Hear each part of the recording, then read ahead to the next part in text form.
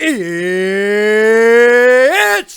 time for the show that engages with people of the combat sports world.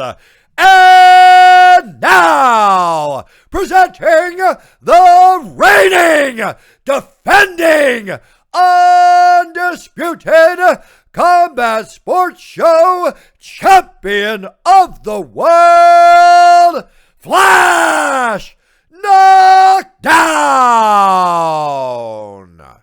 Absolutely. And on the flip side, there must have been a lot of laughs and special memories. Are you able to share any funny tales, and any that you do, make sure you keep them clean? Yeah.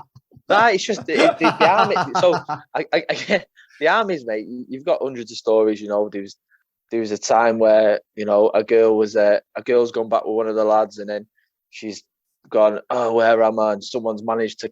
We was down in a place called Folkestone. Someone's managed to convince her that the telecommunications tower outside was the Eiffel Tower. She's then convinced she's then convinced that she's been taken hostage in Paris. Something is wrong here. Dead giveaway.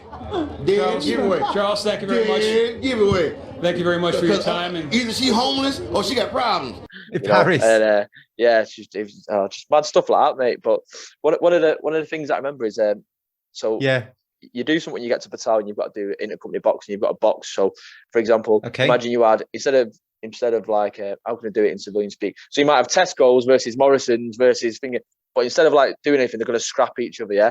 So we were doing that. So I went in, and you go and see the doctor, you see the doctor, and he says, "Can I see your gum shield?" I'm like, "Yeah, no worries." So I put my gum shield in. He said, "You can't use that gum shield; it's illegal." I was like, "Why?" He said, "It's pink." That's fucking illegal.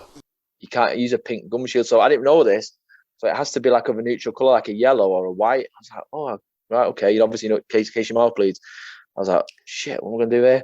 So bearing in mind, so this is the morning of the weigh-in, yeah? So you have your medical the morning of the weigh-in, and I was fighting in the evening. So I'm not getting a gum shield now, and I can't wear them boil and bite ones, honestly. It's just something about them. I thought, I've paid money for this custom gum shield, what am I going to do? So I went round. Before, Hold on, I'm talking, brother. Before you go any further, why have you got a pink gum shields? So it just came, it was meant to be red, but by the time it came, it was like, by the time it came, mate, I think it like melted or something in the pose. It turned up pink. You know what I mean? I wasn't flamboyant with it. I wasn't trying to be like that guy with a pink gum shield. It was just a case of it came, and mate, it came. It was pink. I've had the inspection. He's like, nah.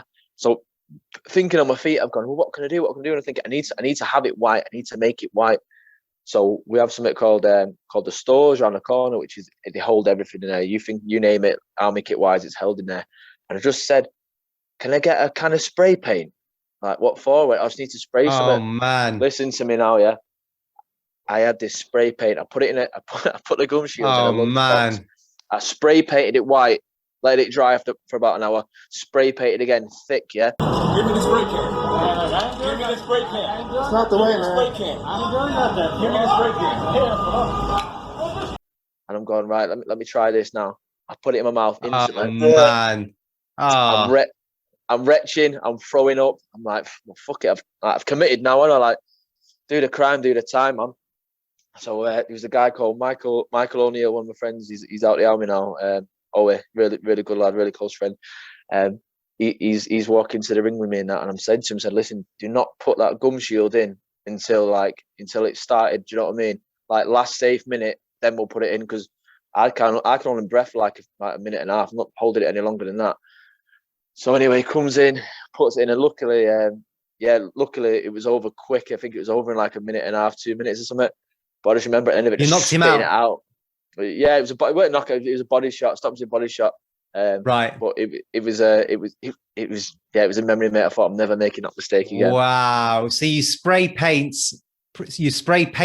your gum shield in order to change its color from pink to what color? Sorry. To white. To white. Wow. Yeah. Unbelievable. Yeah. Mate, that's highly funny. Toxic. Honestly, I had flecks of paint in my mouth for days, mate. Absolutely horrendous. That's crazy. That's crazy. Yeah. Wow. That is got to be one of the most bizarre stories we've heard on Flash Knockdown. Yeah, mate. I've got they get weirder, mate. Don't worry about that.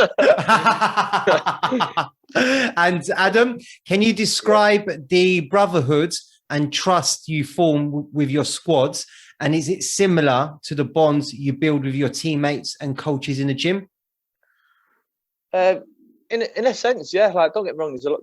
Like, I'm not going to sit here and like. I'm not one of these people that'll sit here and go, the army is this and everyone's your brother and everyone's your sister, because it's not. Because if in your day-to-day job, I bet you don't get on with every single person. Yeah, obviously you have your discrepancies with people, or you might not be as close with people. But yeah, the people you do get close with, as I said, like when I was in Sulanx, the people that I was with there, I was with that same group of people or thereabouts for like 8-9 years. So yeah, you do like get close to me, and it is sad. Like anyone who says it's not sad when one of your mates leave or something happens, or anyone who says, "Oh yeah, don't bother me." All right, sound. We can't be friends. Do you know what I mean? I don't like that kind of person. But yeah, you get really close to people, and then I think it's just all about making that effort to make sure you keep in contact with them people. Because what a lot of people neglect is when people do get out of the army, they're not used to civilian shit. They're not used to not having constant contact with their friends and that. And yeah. 100%, and it's the same with teammates. Like during this lockdown, it's shit not being able to go and see people or go and train and that. Do you know what I mean? Like I usually, you've seen it there. I fight at like 145, mate. I'll be honest with you. I weighed myself a few weeks ago, mate. I was 186. Like, but that's not like an unfit 186. That's just like I've just been eating, and I'm just eating the same calories I was eating because I'm not training like two times a day or whatever. Like, it's just not. But don't get me wrong, I'm back down now. Like, for anyone watching, don't think I'm gonna just like jump in and I'm not gonna make weight. Like 156.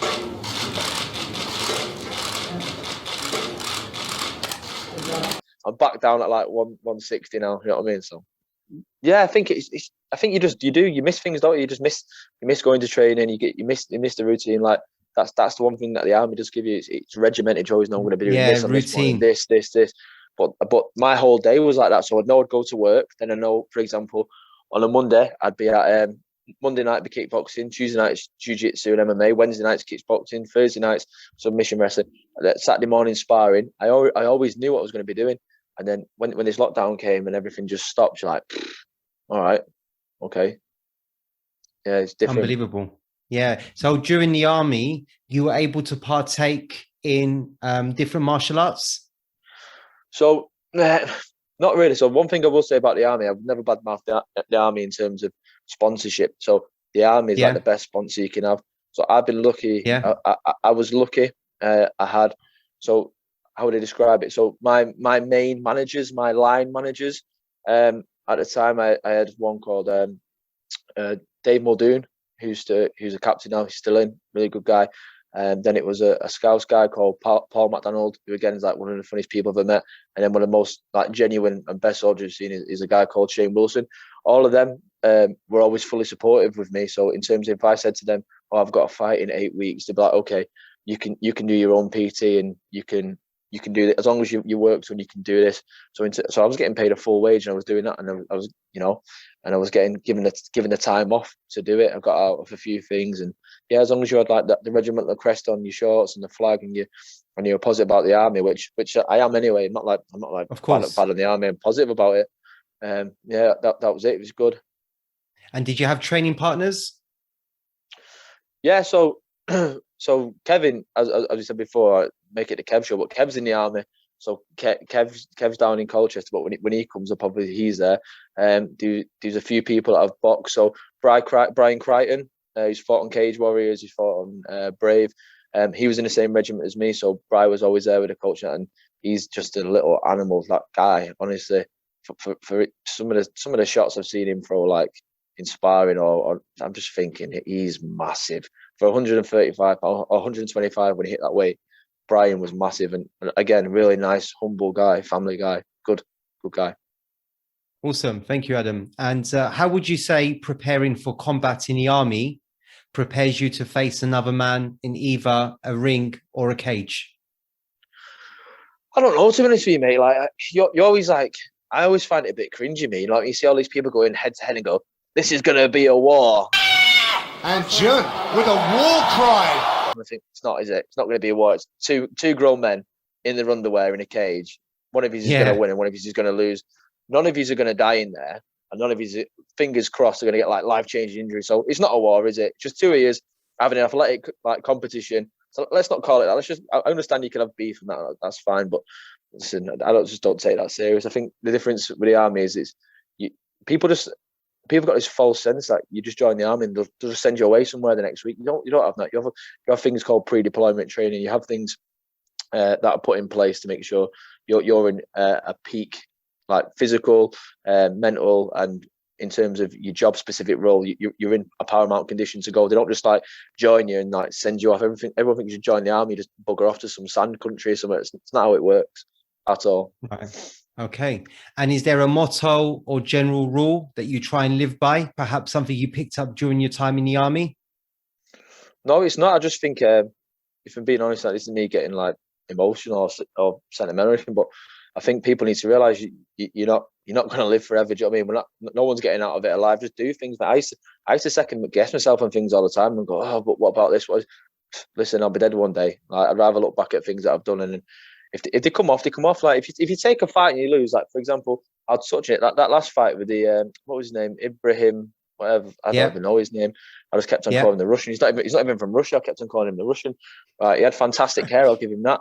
But like I took that fight in like 10 days notice. I was 35 pounds over. 10 or 12 days notice. I was 35 pounds over when it happened. The week before the fight, I was away with the army on a range. I cut all that weight in that time. I was like on baby food. I was getting up early. I was running just to hit the weight. The fight was just hitting the weight. But the reason I'd done it was, so I was in the gym with Jeff Thomas, and Jeff had a fight coming up, and Jeff's like had this rejuvenation of he'd been retired from boxing for 8 years. I think he's 38. He'd made his 38, 39. He made his comeback.